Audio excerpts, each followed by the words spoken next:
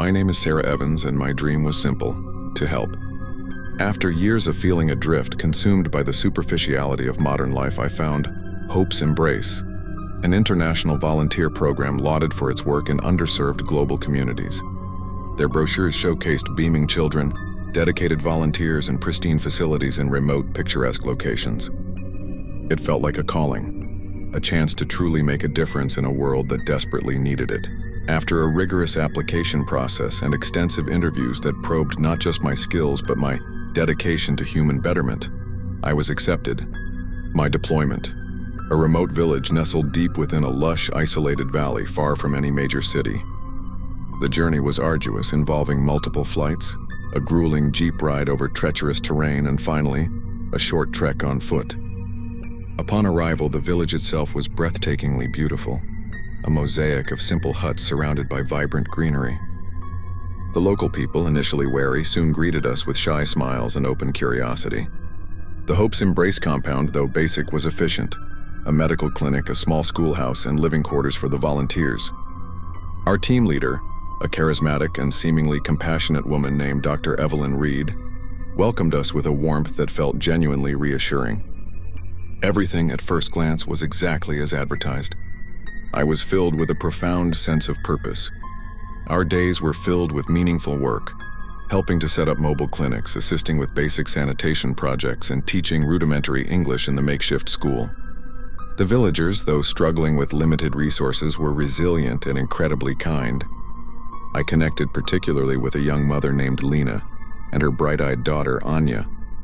Their gratitude was palpable, and it reinforced my belief that I was exactly where I was meant to be.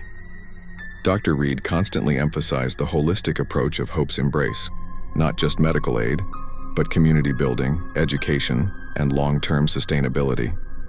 She spoke of the villagers as our precious beneficiaries, a phrase that at the time felt comforting. But as the weeks transitioned into months, small, almost imperceptible cracks began to appear in the program's flawless facade. It started with the medical surveys.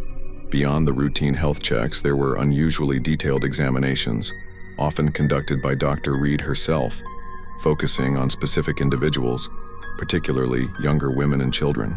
The questions were invasive, delving into family histories, genetic predispositions, and even rare blood types. When I casually asked Dr. Reed about the necessity of such extensive data, she offered a vague explanation about long-term health trend analysis and population genetics. Her smile was unwavering, but her eyes held a peculiar detached intensity. The first tendrils of unease began to wrap around my initial optimism. If the unsettling start of this volunteer program mystery has already captured your attention, make sure to hit that like button right now. The surveys became more frequent, and I noticed Dr. Reed paying particular attention to healthy individuals, especially those with no prior medical conditions. Her interest seemed to lean towards those with certain physical characteristics: striking eye colors, unusual hair patterns, specific bone structures. It was subtle but persistent. The villagers, though compliant, often seemed nervous during these examinations, their initial trust slowly replaced by a quiet apprehension. When I tried to offer comfort or ask them about it later, they would simply shake their heads, avoiding my gaze, or mumble about the good doctors and their necessary work. It was a practiced deference that hinted at something deeper than mere respect. Then came the disappearances. Initially, they were explained away. An elder who had gone to another village for a family matter, a young man who had sought work in a distant town. These were common occurrences in remote areas, but the frequency escalated. First, a healthy young woman, then a quiet boy from Anya's class, and finally, a skilled hunter known for his deep knowledge of the local terrain. Their departures were always sudden, without a trace and never with any personal belongings taken.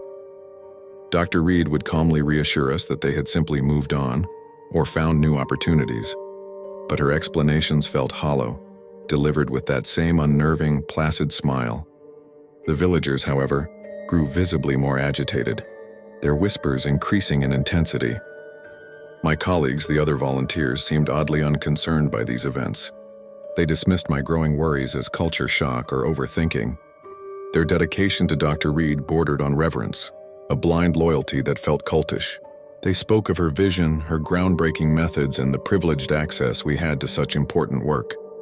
It was as if they were wearing blinders, or perhaps they were already too deeply enmeshed to see the unsettling patterns I was witnessing. I started to feel isolated, a lone voice of concern in a sea of unwavering compliance. One evening, while performing routine inventory in the clinic, I stumbled upon a hidden compartment behind a loose tile. Inside, I found a small, meticulously coded ledger. My heart pounded as I opened it. It wasn't a medical record, it was a log. Each page detailed a specific villager, complete with their name, unique physical markers, and a series of cryptic numerical codes. Besides certain names marked with a chilling precision were dates. Dates that perfectly matched the disappearances. And next to each of those dates was a single, chilling word: harvested. My breath caught in my throat. This wasn't a volunteer program. This was something else entirely. The word harvested seared itself into my mind. It was cold, clinical, and utterly devoid of humanity. This wasn't about moving on or new opportunities. This was about something being taken, but what and for what purpose? My hands trembled as I carefully replaced the ledger. I spent the rest of the night in a cold sweat, unable to reconcile the benevolent image of hope's embrace with the horrifying implication of that single word. The faces of the disappeared flashed before my eyes. The spirited young woman, the quiet boy, the skilled hunter. They hadn't left, they had been taken. I began to observe Dr. Reed and her core team with new, terrifying clarity. Their meticulousness, their guarded expressions, their almost surgical precision in their interactions with certain villagers. It all made sense in the context of the ledger. Their holistic approach wasn't about health, it was about evaluation. The invasive surveys weren't for genetic research, they were for genetic selection. The precious beneficiaries weren't people to be helped, they were resources. My paranoia escalated. Every friendly smile from a fellow volunteer, every casual glance from a security guard felt like a judgment, a test. I realized how completely isolated we were, how carefully vetted. The program wasn't just secretive, it was a self-contained system, designed to operate without external scrutiny. There was no cell service, no internet beyond a highly restricted satellite link, and the nearest town was days away. Escape seemed impossible, exposing them felt even more so. One night, driven by a desperate need for more answers, I managed to access Dr. Reed's private office. It was a huge risk, but I knew time was running out. Among her meticulously organized files, I found a series of highly technical blueprints and schematics, referencing complex biological machinery. And then, I found the photographs. They were high-resolution images of various organs and tissues, but they weren't diseased or damaged. They were pristine, vibrant, impossibly perfect. Some glowed with an eerie luminescence, others pulsed with what looked like controlled biological energy, and below each photo there were meticulous notes about cellular regeneration, genetic markers, and compatibility. It wasn't just organ harvesting. It was something far more advanced, more terrifying. The implications of the photographs and schematics sent a cold shiver down my spine that had nothing to do with the night's chill. This wasn't about simply taking organs for transplantation. This was about growing them, or perhaps extracting something far more fundamental from living human beings. The genetic markers, the compatibility notes. They weren't just searching for healthy donors. They were searching for specific genetic blueprints, perhaps for a synthetic tissue or organ that required living human components for its sustained growth or activation. The term dark harvest was no longer a chilling hypothesis, it was a horrifying reality. This volunteer program was a sophisticated, insidious front for bioengineering that treated human life as a renewable resource.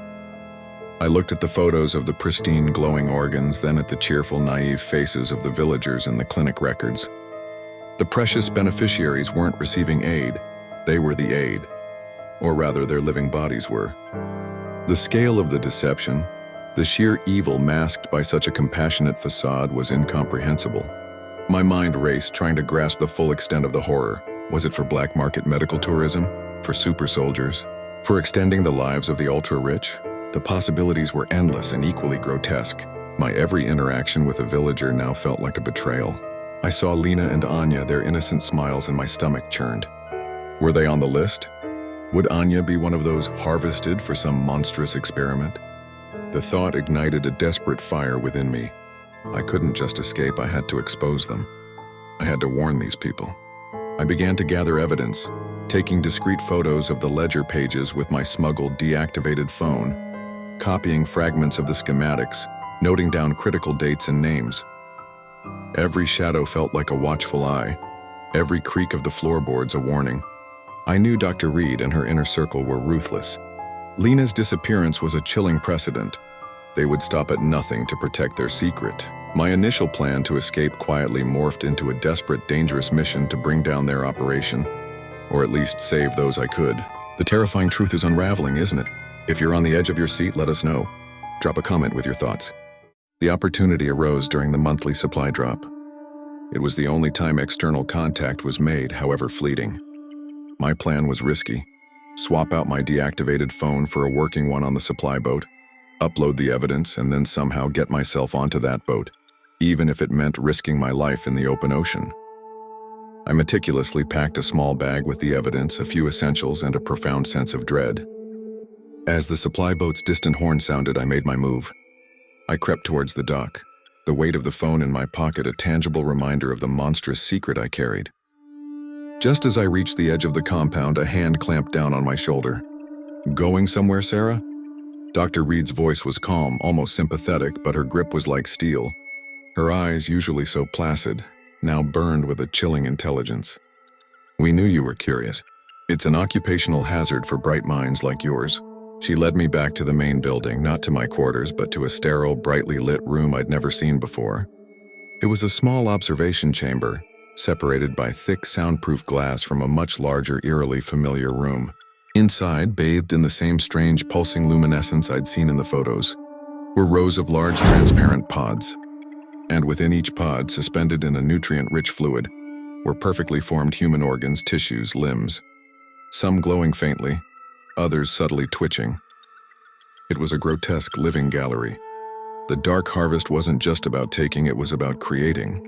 They were growing perfect biological components, perhaps for a powerful, unseen clientele. "We don't harvest in the barbaric sense, Sarah," Dr. Reed explained, her voice as smooth as silk. "We simply optimize, we create perfection.